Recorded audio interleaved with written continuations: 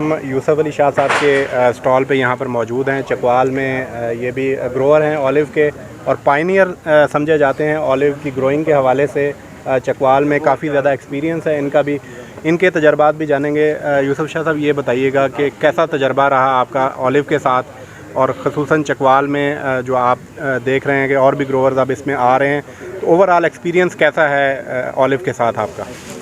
मोहतरम, पहले जो वक्त गुज़र चुका है मसलन उसमें जब हमने इस पे स्टार्टिंग की थी तो उस वक्त तो कोई मसलन नज़र नहीं आ रहा था, इसका कोई स्कोप नहीं नज़र आ रहा था, ठीक है।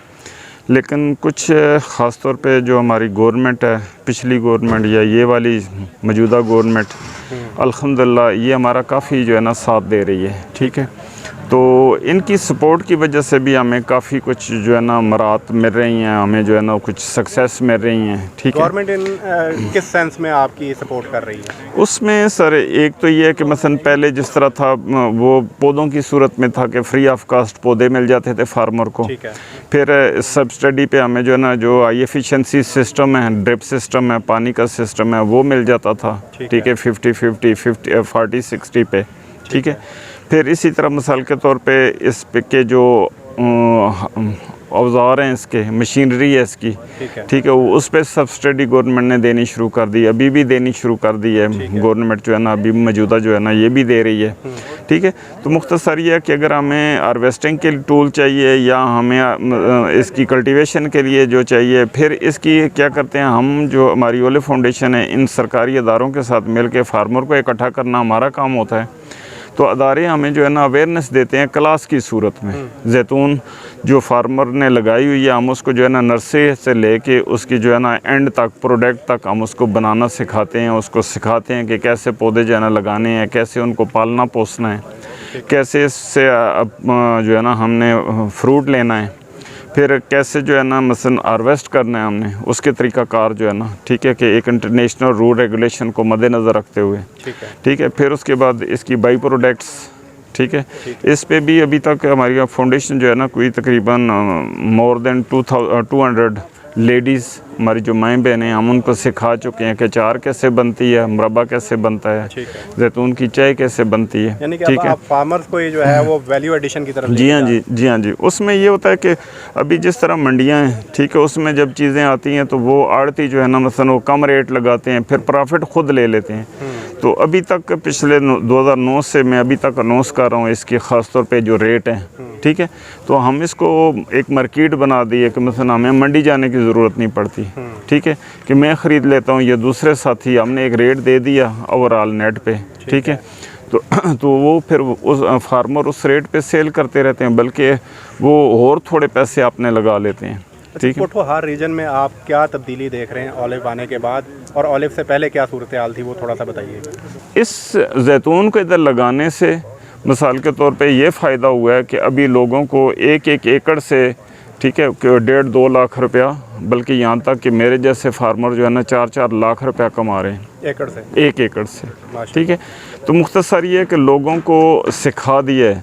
आज जो हमारे फार्मर भाई हैं वो इतना सीख चुके हैं कि अभी वो फ्रूट हमें सेल नहीं करते, वो उसका ऑयल स्टैक करके वो ऑयल की सूरत में सेल करते हैं, तो वो मसलन एक 2 से 3 लाख पे चले जाते हैं फ़ी एकड़, ठीक है। तो मसलन ये है कि अभी एक अवेयरनेस आ चुकी है, और अगर अल्लाह ने चाहा तो इंशाअल्लाह हम नहीं होंगे, हमारे बेटे होंगे, और पाकिस्तान में ओलिव जो है ना नंबर 1 होगा ममालिक में, ठीक है, इंशाअल्लाह। अच्छा, ये बताइएगा कि अगर किसान ऑलिव को रॉ फॉर्म में बेचता है तो उसकी क्या इनकम है? अगर उसको ऑयल की सूरत में एक्सट्रैक्ट करके बेचता है तो क्या उसकी इनकम है पर एकड़? और अगर उसकी मज़ीद वैल्यू एडिशन करके कोई अचार या मुरब्बा या और कोई चीज़ बनाता है तो उसमें क्या आप स्कोप देखते हैं किसान के लिए? उसमें सर सीधी सी बात है, अगर वो सिर्फ खड़ा फ्रूट बेच दे तो वो 1.5 से 2 लाख रुपया, ठीक है। अगर मसलन उसकी ऑयल की सूरत में चला जाए तो 2.5 से 3 लाख रुपया।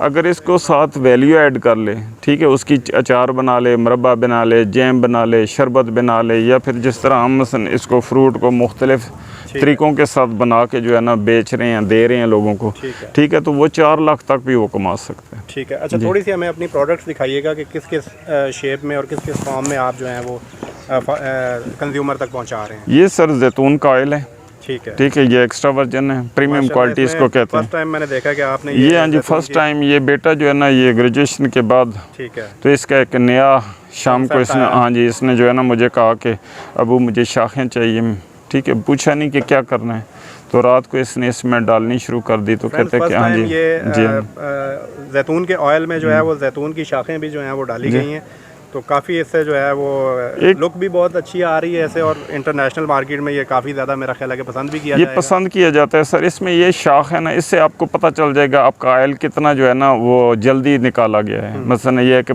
ये इसी 3 दिन पहले का है, ठीक है। अभी शाख इसमें डाल दी है, अभी ये पुरानी होती जाएगी तो ये मिसाल के तौर पे ख़त्म होती जाएगी। अभी ये आपको नज़र आ रही है कि बिल्कुल ग्रीन है, ठीक है। तो एक नया, हाँ जी, डिसॉल्व हो जाती है या ये नहीं, खुश्क होती जाती है? खुश्क होती जाती है। ठीक है। इस पैकिंग के हवाले से हमें थोड़ा सा बताइएगा कि ये कोई 7-7.5 लाख से 7 लाख रुपए का प्लांट है। ठीक है। ये एक तो हवा बीच में से निकाल देता है, वैक्यूम पैदा करता है, ठीक है, और दूसरा ऊपर से जी ख़राब नहीं होता। फिर हम इसमें प्रिजर्वेटिव कोई नहीं डालते, इसमें एक ऑयली तय डाल देते हैं ऊपर, एक 2 चम्मच ऑयल की डाल देते हैं, उससे फंगस नहीं लगती, ठीक है। ऑक्सीजन बीच में नहीं है, यानी कि ऑलिव ऑयल इसमें डाला गया है। जी, ऑलिव ऑयल, जी जी। इसकी ये गुठली निकाली हुई है इसकी, ठीक है, ये भी मशीन निकालती है। ये ब्लैक ओलिव ज़्यादा चलता है, ये साल्ट में होता है, सिर्फ नमक में, कोई प्रिजर्वेटिव नहीं है। ये हमारा जो खेवड़ा वाला साल्ट है राग की सूरत में, ये वो है, ठीक है। मसलन वाश करें, ये इसने नया कंसेप्ट वेजिटेबल को, अभी ख़ास तौर पर जो शुगर पेशेंट हैं, दफ्तरों में बैठे हैं, कुछ खा नहीं सकते, रोटी नहीं खा सकते, तो उनके लिए ये गुठली निकाल के इसमें गार्लिक डाल दिया, ठीक है। ये ठीक है। ख़ास तौर पे जो हार्ट पेशेंट हैं, शुगर पेशेंट हैं, जिनका ब्लड बहुत ज़्यादा थिक है, ठीक है, गाढ़ा है जिनका, ये उनके लिए बहुत अच्छा और बड़े अच्छे रिजल्ट हैं इसके, ठीक है। अच्छा, थोड़ा सा हमारे नाज़रीन के लिए ये बताइएगा कि जो कहा जाता है कि ये ऑयल जो है ये वर्जन है, ये एक्स्ट्रा वर्जन है, इसमें क्या डिफरेंस क्या होता है? असल में जो बेसिक जो चीज़ है ना, ऑयल फ्रूट तोड़ें 2-4 घंटे में उसको स्टेक करवा लें, उसमें से ऑयल निकलवा लें फ्रूट में से। असल ऑयल खाने वाला ये है, इसको मेडिसन के तौर पे ये अमूमन इस्तेमाल होता है। मसलन अभी दुनिया में ये 6000 से लेकर तकरीबन 9000, यूसी डेविस यूनिवर्सिटी जो है वो तकरीबन इसको 9000 प्लस में सेल कर रही है, ठीक है। असल ऑयल ये हैं खाने वाले कि जितनी जल्दी इसमें से ऑयल निकलवा लें, ठीक है। इसके ये भी एक्स्ट्रा वर्जन में, लेकिन ये एक प्रीमियम क्वालिटी आएगी, एक्स्ट्रा वर्जन से भी एक स्टेप ऊपर होगी। फिर इसके बाद जो है ना 24 घंटे में एक ऑयल निकलता है, वो भी एक्स्ट्रा वर्जन है। फिर ऑयल निकल गया 24 घंटे में, फिर नहीं निकाल सका, 3-4 दिन लग गए या हफ्ता 10 दिन लग गए, वो लाइट ऑयल में आ जाएगा, ठीक है। एक्स्ट्रा वर्जन में लाइट ऑयल हो जाएगा, ठीक है। फिर तीसरा इसके बाद ये कि एक मरतबा आपने निकाल लिया, दोबारा फिर कोशिश की, ठीक है ना, तो दोबारा फिर उसमें से कुछ परसेंटेज आपने निकाल ली, ठीक है। एक वो भी ऑयल काउंट किया जाता है। लेकिन अगर उसमें थोड़ा सा कोई केमिकल ऐड किया जाए, वो जो पेस्ट है जो बच गया था, उसमें कोई आपने एक्स्ट्रा जो है ना उसमें कुछ केमिकल ऐड कर दिया, तो वो जो ऑयल निकलेगा उसको हम पॉमेस ऑयल कहते हैं, ठीक है। मसलन वो सबसे कम तरीन कह सकते हैं या लो ग्रेड कह सकते हैं। एक्चुअली वो कहते हैं कि जी इसको आप मालिश के लिए इस्तेमाल कर लें, लेकिन मैं कहता हूँ कि वो मालिश के लिए भी ठीक नहीं है, क्योंकि उसमें केमिकल है, वो स्किन ख़राब कर सकता है, ठीक है। तो उसका बेहतर है वो बहुत ऐसी चीज़ जो बहुत कम से कम जिसमें इस्तेमाल हो, जिस तरह मसलन लिपस्टिक है, चिपस्टिक है, ठीक है, या फिर मसलन सोप की सूरत में है, ठीक है, वहाँ पे इस्तेमाल हो सकता है थोड़ा बहुत, ठीक है। आप तो पायनियर हैं और इस काम से वाबस्ता भी हैं, तो मैं ये पूछना चाहूँगा आपसे कि इंटरनेशनली जो इम्पोर्ट होके ऑयल आ रहे हैं बाहर से, उनका कंपैरिजन आप हमारे जो मुल्क में जो ऑयल एक्सट्रैक्ट किए जा रहे हैं और तैयार किए जा रहे हैं, उनके साथ कंपैरिजन किस तरह से करते हैं? उसमें सर हमारे पास कोई इस वक्त कोई 3 बड़ी अच्छी लैब हैं, ठीक है, कि यहाँ पे ये NRC में है, ठीक है, मसलन करशी वालों की है, एक और लाहौर में जो है ना लैब आ गई, एक अभी फैसलाबाद में छोटी पैमाने में उन्होंने शुरू किया, मसलन 3 तो बड़ी हैं, 2 छोटी हैं, टोटल 5 लैबें हैं, ठीक है। तो इनमें ये टेस्ट हो सकता है। अभी ये जो इंटरनेशनल कौंसिल का जो एग्जेक्टिव आया हुआ था, तो जब उनको ये हमारी चीज़ें मसलन वो सारी मेरी तो साथ पैक करके ले गया, ठीक है, तो मसलन वो उसको बड़ी पसंद आई हैं, जो हमने खोली हैं उसको चेक करवाई हैं, उसको पसंद आई हैं, बाकी उसने ओपन नहीं करने दी, उसने कहा इसी तरह पैक करो मैं ले जाऊँ, और मसलन ख़ास तौर पे उसको ये पैकिंग बहुत अच्छी लगी, पसंद आई। मसलन ये ऑयल है, ये उसने जो रिकमेंडेशन दी है कि फार्मर से अगर आप ले रहे हैं ऑयल ना, तो वो तो एक्स्ट्रा वर्जन है। डायरेक्ट एक फार्मर है, उसके पास बाग है, वो उधर से आयल निकाल रहा है और उसको सेल कर रहा है, वो आयल तो ठीक है, मैं उसको एक्सेप्ट करता हूँ, ठीक है। लेकिन उसने जितने भी सैंपल लिए थे मार्केट से जो उठाए गए हैं, मसलन वेस्टर्न यूनिवर्सिटी के साथ मैं पिछले जो है ना कोई 16-17 साल से चाह रहा हूँ, तो पाकिस्तान की नुमाइंदगी मैंने की है। तो मैंने 14 आयल पाकिस्तान में जो थे, मैंने सारी कंपनियों के इकट्ठे करके उनको सैंपल भेजे वेस्टर्न यूनिवर्सिटी को, ऑस्ट्रेलिया को, ठीक है। उस 14 के 14 जो है ना नाकिस आयल थे, फेक आयल थे, ठीक है। मसलन उनमें इस तरह जिस तरह भी डालडा वालों ने बना लिया, दूसरों ने बना लिया, उसमें मिलावट कर दी, ठीक है। वो इस तरह के आयल हैं ये। मसलन है कि यहाँ तक मैं अभी नाम नहीं लेना चाहता कुछ कंपनीज़ का, वो 85% कुकिंग आयल है और 15% उसमें ओलिव ऑयल है।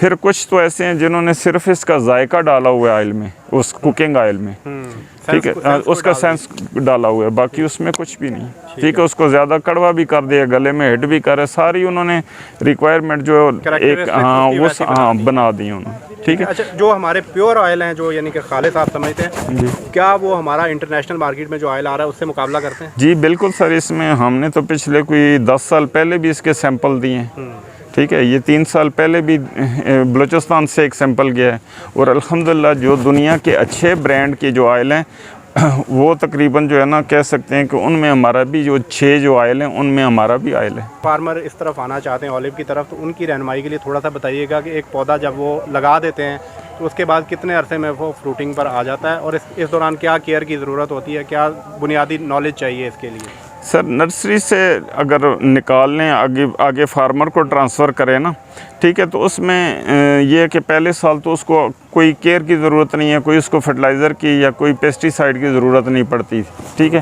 कि नर्सरी में उसको इतनी खुराक दे दी जाती है कि उसको अगले साल उसको कुछ देने की ज़रूरत नहीं पड़ती, लेकिन अगले साल फिर 1 साल के बाद उसको कुछ ना कुछ देना होता है, ठीक है। तो उसको आप ये फ्रूट प्लांट है तो अगर NPK दे दें तो वो ठीक है, ठीक है। पेस्टिसाइड बवक्त ज़रूरत, अगर ज़रूरत समझते हैं कि एक इस यहाँ तक अभी जो बीमारी है इसमें वो एक कीड़ा है वुली एफिड्स, एक वूल सी पैदा हो जाती है और वो केमिकल इतना ज़हरीला है कि पौधे के अंदर से जो ग़िज़ा ऊपर जा रही है उसको वो ख़त्म कर देता है, स्किन को ख़त्म कर देता है। ग़िज़ा ऊपर नहीं जा रही तो ऊपर से खुश्क होना शुरू हो जाएगा। तो वो वूल जो आती है सफ़ेद, ख़ास तौर पर उस वक्त जितनी जल्दी हो सकता है उसको उतार लें, या कोई भी केमिकल जो है ना जो बाइफेंथ्रीन की सूरत में या कोई भी कीड़े मार जो दवाई है किसी भी अच्छी कंपनी की आप यूज़ करें, एक आज कर लें और मसलन एक जो है ना 4 दिन 5 दिन के बाद स्प्रे कर लें, ठीक है, तो वो ख़त्म हो जाती है। बाकी इस तक कितने अरसे में आ जाता है पौधा? जी तीसरे साल 2 साल इसको चाहिए इसकी जो है ना जड़ें मजबूत होने में,